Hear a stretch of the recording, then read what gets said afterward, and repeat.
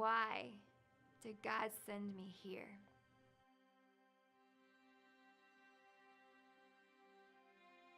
I remember lying on a bed in a house in the city of Holguin in Cuba. I had a 103-degree fever. I had never felt more sick in my life, and I remember thinking over and over that question, God, what are you up to in this place? Why did you send us here? From the very beginning, we knew this LU Send Now trip was not going to be like the others.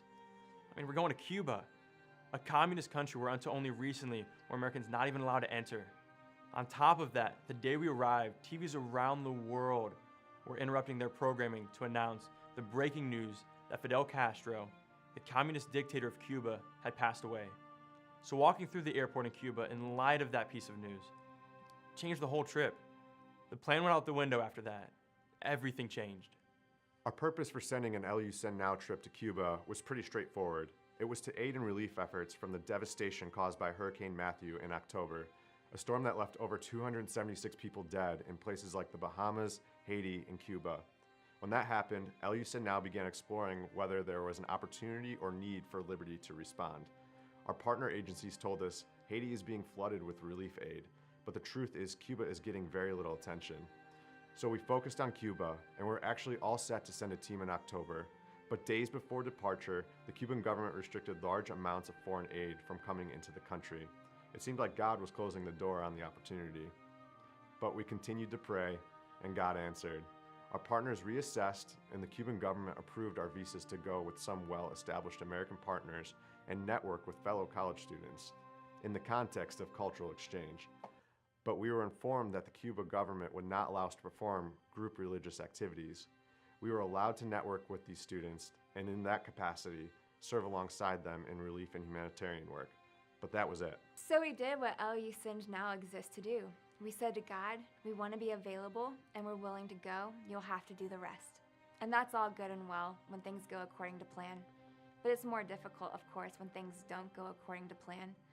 So we get to Cuba and we're informed the government won't let us go to the place we were planning to go. Fidel Castro had just died. No surprise that things were changing. And so now we're here stuck in the city of Holguin, and we're rewriting the plan in real time with our partners in a place that was completely foreign to us. There's something otherworldly about Cuba. It feels like time has simply stopped for decades. The cars are vintage, not because it's cool to have a vintage car, because it's all they have.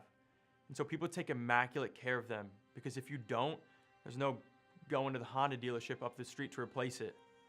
The infrastructure is decades old, and all around you is evidence that this was a robust, developing country. But what Castro did to this country is simply heartbreaking.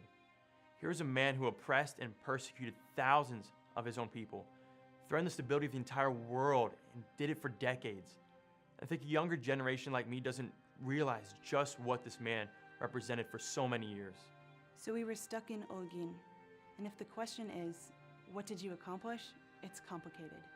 We never got to go to the hurricane site, but I can tell you that there's a woman in Cuba who was living in a house where the walls were just blankets that she had dipped in cement, and we replaced those walls made of blankets and made them out of real cement blocks.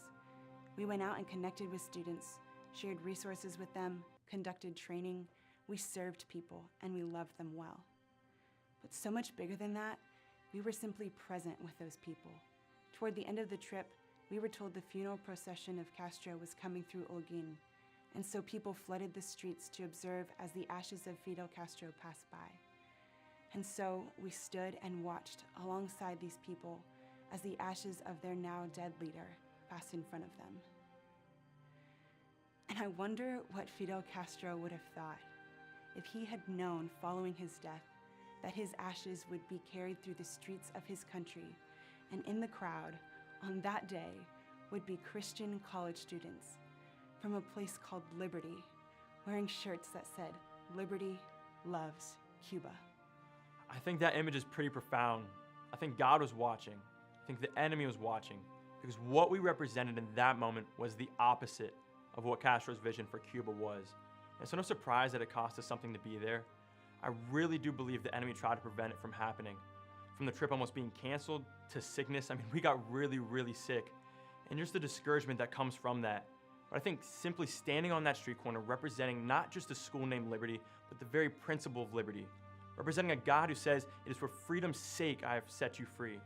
Standing there, being present, watching those ashes was a mind-altering reminder that Jesus always wins. So, why did God send me there? Because I think He wanted to show me how much He wants Cuba. And I think it'll cost a lot. It'll cost His people their comfort, their health. It might cost them their reputation. It'll certainly cost them their safety.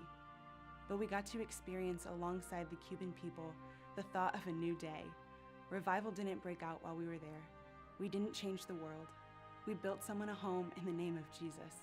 And we stood alongside a people who had been promised paradise and then given hell. In the big picture of Cuba, our presence was the tiniest drop of water in a desert of complexity. But it was a drop, and if I had to, I'd do it all over again.